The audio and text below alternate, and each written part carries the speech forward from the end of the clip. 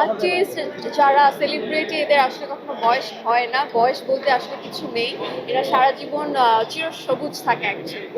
নায়কদের বলবো না, নায়িকাদের শীত কম লাগে, নায়িকাদের কখনো শীত লাগে না। আমি এরকম আমার অনেকবার হয়েছে যে আমি 20 কেজিরও একটা ড্রেস আমি পরেছিলাম যে আমি অনেক ওজন ক্যারি করতে পারি, আই ডোন্ট নো। তো আমার কাছে মনে হয় আমি এইভাবেই আসলে একটু ওয়েট করেছি যে এর থেকে আরো দুর্দান্ত গল্প পেলে বা আরো যদি ভালো অভিনয় করতে পারি সুযোগটা, তো আমার কাছে মনে হচ্ছে ওরকম গল্প আমার কাছে এসেছে, আমি সেটাতেই সাইন করেছি। এবং সামনে আমার কাছে মনে হয় যে কাজল রেখার থেকেও ছাপিয়ে যেতে পারবে কিনা বলতে পারবো না, কিন্তু দুর্দান্ত কিছুই হবে। আপু একটা গুঞ্জন শোনা যাচ্ছে, আমরা গুঞ্জন পাচ্ছি, অনেকদিন ধরেই পাচ্ছি। কতটুকু সত্য যে শাকিব ভাইয়ের সাথে সিনেমা সাইনিং করেছে? কতটুকু সত্য, সত্য কথাটা কি? এই মুহূর্তে আমি আসলে কিছু বলতে পারছি না। সো আর যদি কিছু হয় এটা সবাই জানতে পারবে, দেখতে পারবে, অ্যানাউন্সমেন্ট হবে। নিজে থেকে স্টিল নাও আমার বলা আসলে বানা, আমি সরি। ওজন কমাচ্ছেন কেন? সিনেমার জন্য। সিনেমার জন্য? এক্স্যাক্টলি।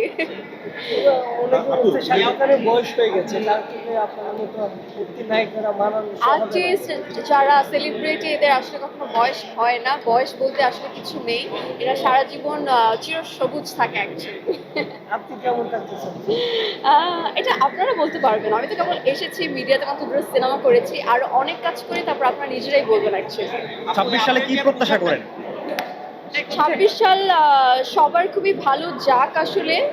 যে যেখানে আছে, যেভাবেই আছে না কেন, আমাদের দেশ যেন সবাই দেশ যেন ভালো থাকে, প্রত্যেকটা মানুষ যেন সুস্থ থাকে, এবং আমাদের মিডিয়াতে যে কাজগুলো আছে, অনেক কাজ আটকে আছে, সেগুলো যেন পরিপূর্ণতা পায়, আরও যেন সিনেমা হল বাড়ে, আমরা যেন আরও অনেক সিনেমা করতে পারি, এতটুকুই চাওয়া সব। আপু আপনি যে আজকে যে জামাটা পরে আসছেন, এটা ডিজাইন কে করে দিয়েছে? এটা কাজিমা অফিস করেছে স্টাইল। অনেকে তো আর্টিস্টের সাথে দাম জানতে চায় যে কত টাকা প্রাইস। এই জিনিসটা একটা ইউনিট একটা প্রশ্ন হয়ে গেছে, এটা অনেকেই প্রশ্ন করে। সে বিষয়ে আপনার কাছে কত টাকা খরচ হয়েছে? আমিও সেই ব্যাপারে বলতে পারবো না। আমার কাছে মনে হয় যে কিছু কিছু জিনিস প্রাইসলেস।